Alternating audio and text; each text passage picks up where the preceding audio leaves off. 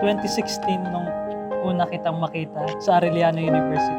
At unang impression ko ay, maganda sana, kaso mukhang mataray.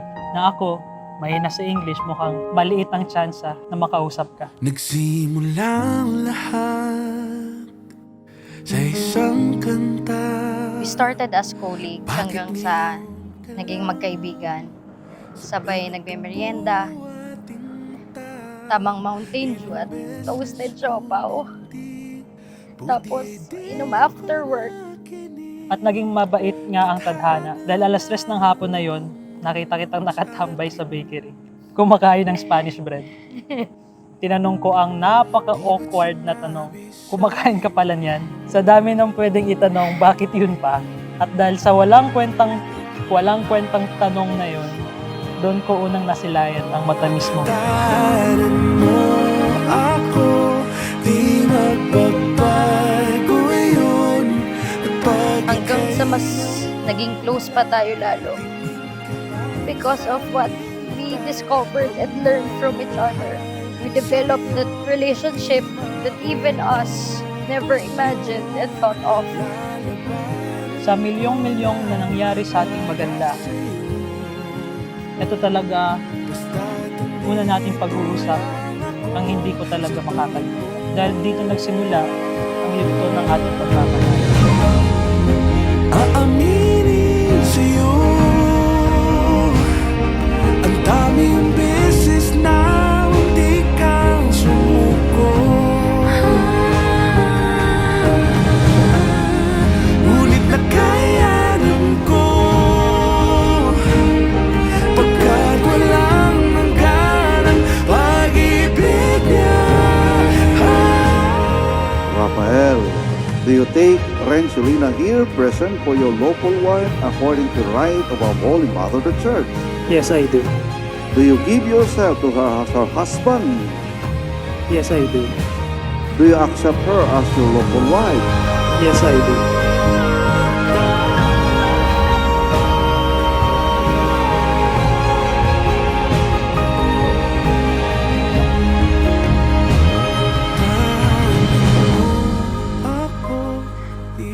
Ngayon, ikaw na ang magiging kasama habang buhay. Magiging Mr. Roberto ako na pro-protekta sa ating bubuuin na pamilya habang buhay at ikaw naman ay si Mrs. Roberto na gagabay sa lahat ng desisyon. Magiging Mr. Roberto ako na bibigyan ka ng maayos na buhay. Magiging Mr. Roberto ako na hindi ka bibigyan ng sakit ng ulo. Magiging Mr. Roberto ako na panatag ang iyong magulang dahil nasa tamang tao ka na. Magiging Mr. Roberto ako na may takot sa Diyos at ikikwento sa mga anak natin kung paano ko niligawan at napasagot ang isang Renz pagsanghan. Huli, alam kong magagawa ko lahat yon dahil ikaw makakasama ko habang buhay. Itsyad daw, Queen. Di man araw-araw na nakangiti,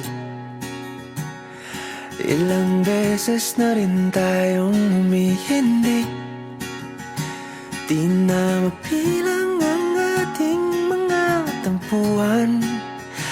Away ba't di natin di na namamalayan? Marriage isn't always easy. But if your relationship is anything like your badminton games, full of teamwork and ability to laugh things off, you'll do just fine. May your marriage be filled with patience, understanding, and love that grows stronger with every passing year. Because sometimes love isn't about finding someone exactly like you. It's about finding someone who brings out the best. Someone who calms your storm, someone who celebrates your victory. Palagi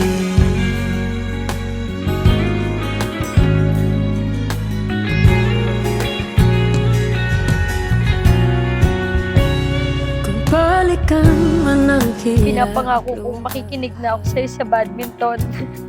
Idadrop ko yung lahat ng mga alam kong makakasakit sa'yo. I-smashin ko lahat ng masasamang temptation sa atin. Ikikil ko lahat ng misunderstandings natin dahil ang drive ko ay makasama ka habang buhay.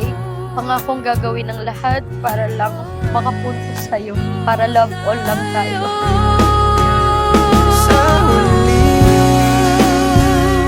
palagi Do you take Almighty present for your local husband according to the rule right of our Holy Mother the Church? Yes, I do. Do you give yourself to Him as His wife? Yes, I do. Do you accept Him as your lawful husband? Yes, I do. ulit-ulitin man, nais kong malaman mo, iyo ako.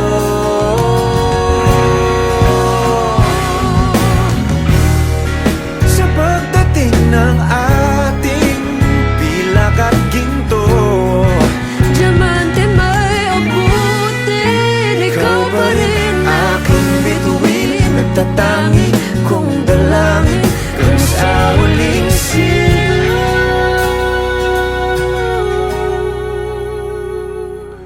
Pangarap kong makasama ka hanggang sa puti ng buhok natin.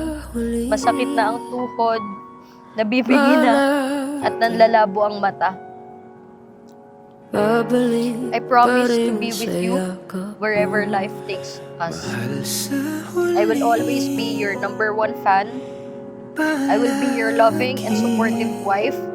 And I will do my very best for you and for our family. Mahal kita at mamahalin kita araw-araw. Lagit lagi. nais kong malaman Is the most beautiful wife of Raphael. Raphael, you may now kiss your beautiful wife.